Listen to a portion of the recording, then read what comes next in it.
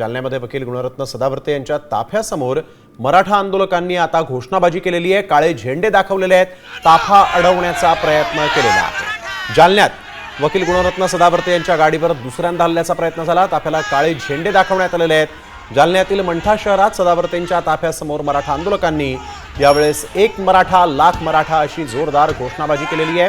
गुणरत्न सदावर्ते जे आहेत ते जालन्याहून जिंतूरकडे जात असताना हा सगळा प्रकार घडलेला आहे।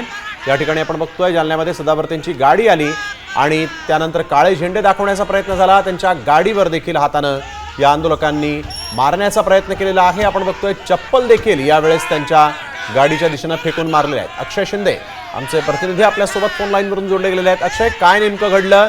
पोलिसांनी परिस्थिती कशी नियंत्रणात आणली? काय अधिकची माहिती?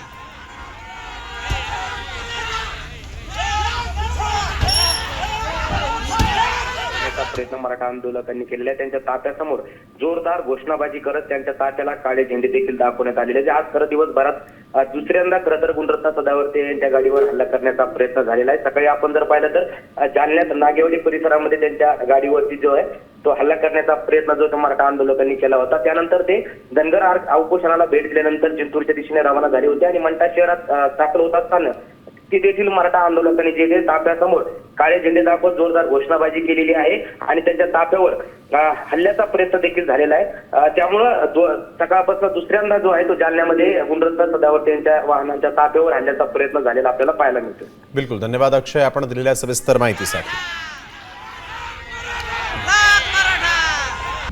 आता isakal.com आहे देशातील नंबर 1 ची मराठी न्यूज वेबसाईट। प्रत्येक अपडेटसाठी isakal.com ला नक्की भेट द्या।